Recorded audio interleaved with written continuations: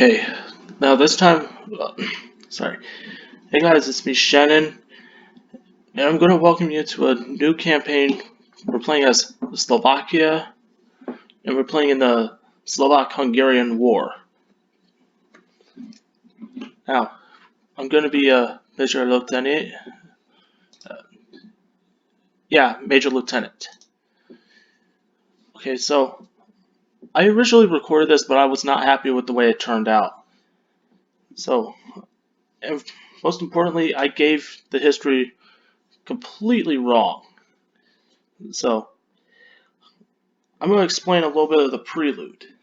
Okay, now I'm taking this from an article that I found. Okay, it says, in the prelude, after the Munich Pact, which had weakened Czech lands to the west, Hungarian forces remained poised, threatening on the Slovak border. They reportedly had artillery ammunition for only 36 hours of operations and were clearly engaged in a bluff, but had been encouraged by Germany, which had to support it militarily if the much larger and better equipped Czechoslovak army had chosen to fight. The Czechoslovak army had built 2,000 small concrete emplacements along the border wherever there was no major river obstacle. And pretty much what that meant is that they were very well fortified because Czechoslovakia did not have that many rivers other than the Danube and a couple other small rivers. But most of these other rivers went into Romania. So I apologize for the little hiccup right there, but I have to do it over. So yeah, figure out do a little bit of explaining of that mock right there. So they're gonna show it again. I won't talk over it this time. It's pretty much going to say the same stuff that I just told you. So yeah, right there, the Munich Agreement. Yeah, it assigned all the territories to those nations.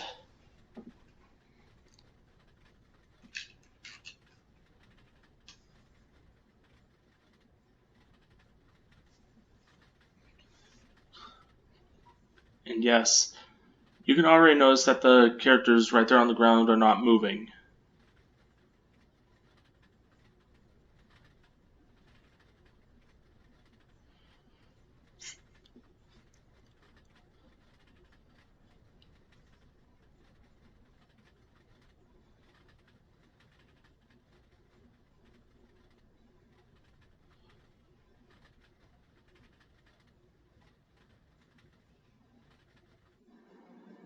Okay, well, let's do it.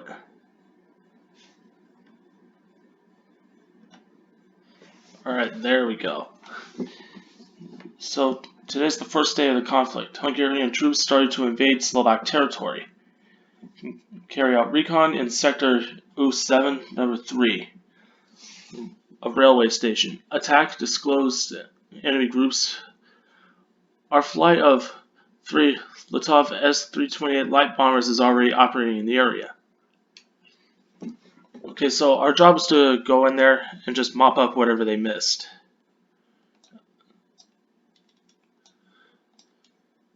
Okay, so pretty much we're just going behind enemy lines. And like I did before, our equipment is 3 Ava B-534s. Part of Squadron 49. We got 20 kilogram bombs. And those bombs are not going to do anything. I mean, you can take the 10 kilogram bombs, but they're not going to do anything. Come on. Alright. Now I'm going to my, wait a minute, what kind of skin is this? Okay, that's just a German skin.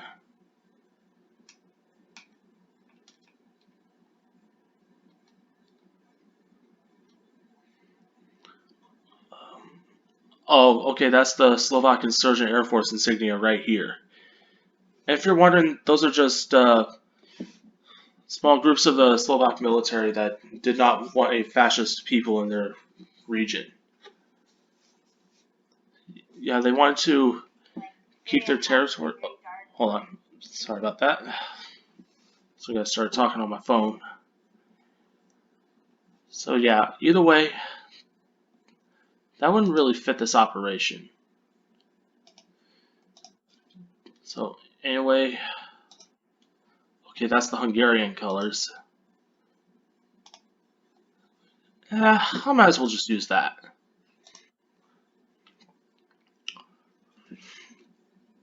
I wouldn't say I'm Hungarian really, because I don't know that many Hungarian people.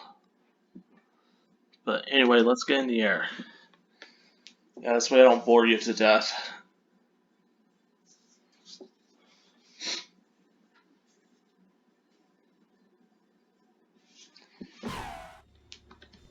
Okay, also, while this mission is going on, I'm going to explain a lot about the early days of the fighting. And I'll do everything by a specific time in which they show it in the game.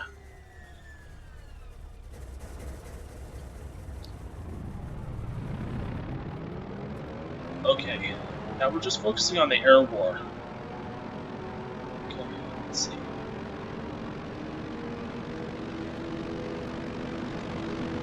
Oh, dude, watch out, watch out! Ah, jackass. That guy just got himself killed. Sorry about that. Okay. Well, first off, I'm gonna go through the Slovak Air Force and what they had. Okay, it says after the division of Czechoslovakia, 6 regiments of the former Czechoslovak Air Force were also divided. The core of this Air Force on Slovak territory was the 3rd Air Regiment of Milan Radislav Stefanik, which came under the control of the Slovak Ministry of Defense. However, the officers, experienced pilots, and aviation experts were mostly Czechs.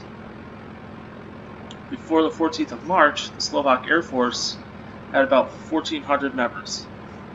After the division, Czechoslovakia had only 824 remaining. Returning crews from occupied Protectorate Bohemia and Moravia only slowly reinforced the nascent Slovak Air Force. The tactical situation was mostly critical in eastern Slovakia. At the airport of Spišská Nová Ves, the 2 fire squadrons at that airport had only 9 pilots. There were only 3 officers at the airport headquarters.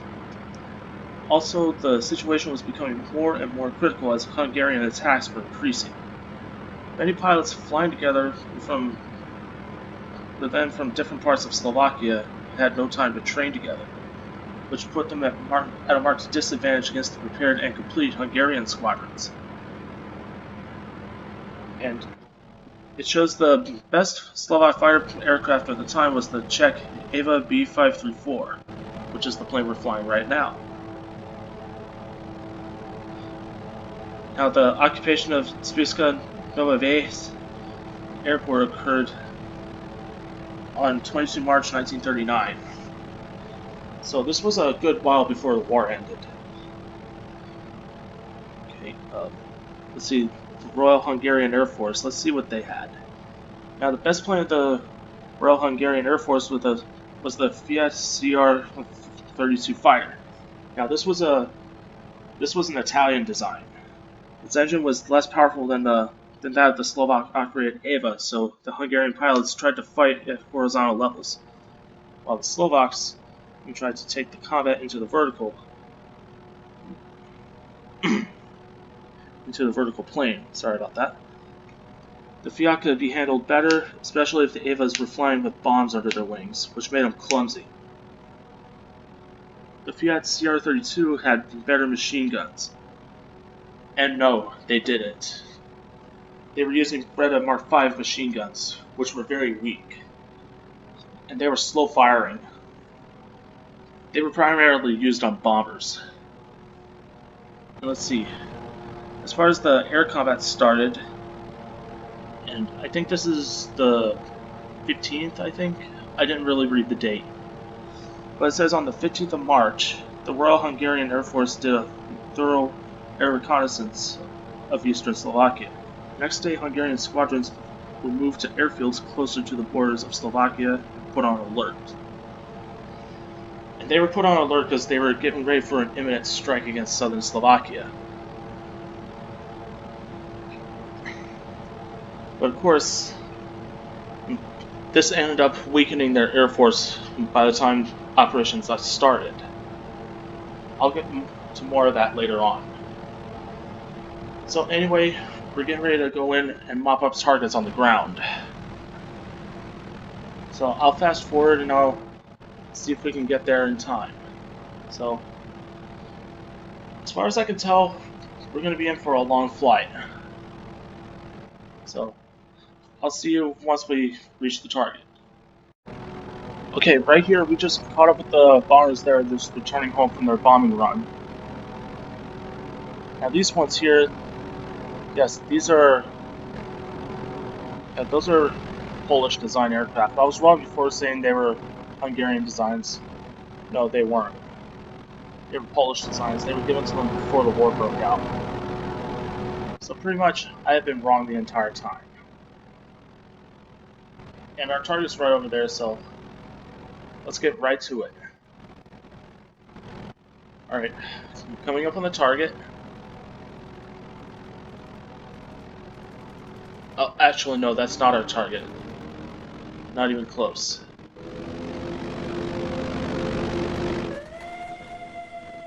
Okay, here we are. I'm taking control.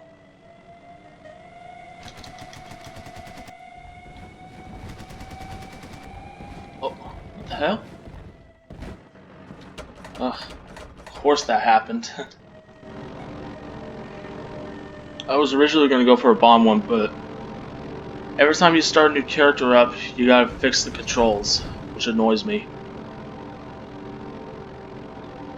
Okay, so we made a good pass right there on the Hungarian side. Yeah, they're gonna try to shoot us down, but they're not gonna do squat right there. And he's not gonna hit anything other than bomb out the civilian houses. Yep, hits a civilian target. And he almost bombed out a church.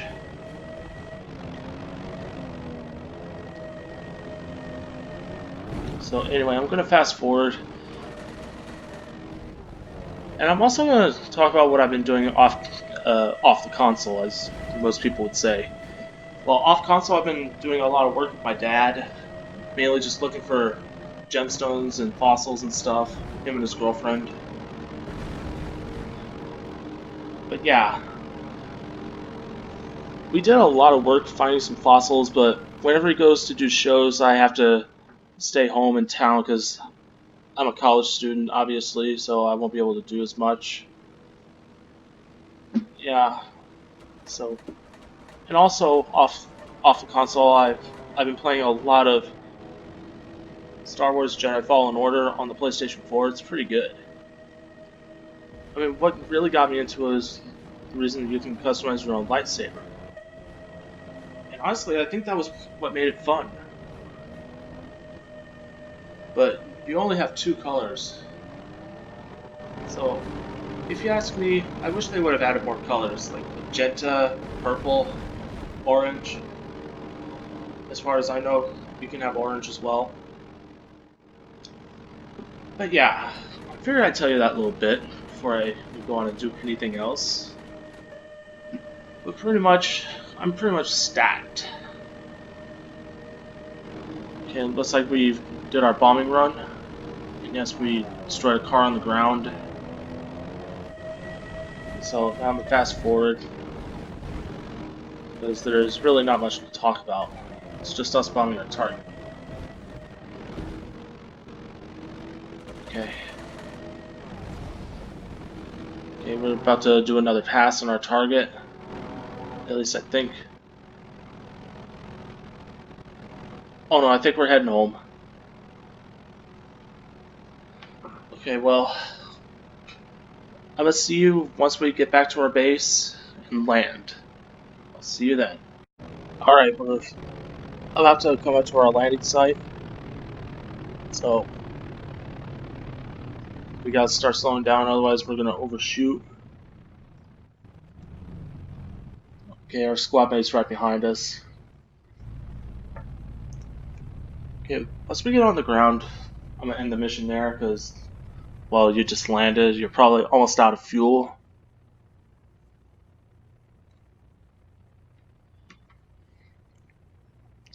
Okay, almost there. Almost there. I had to speed up a little bit. Okay, and we're on the ground. The Eagle has landed.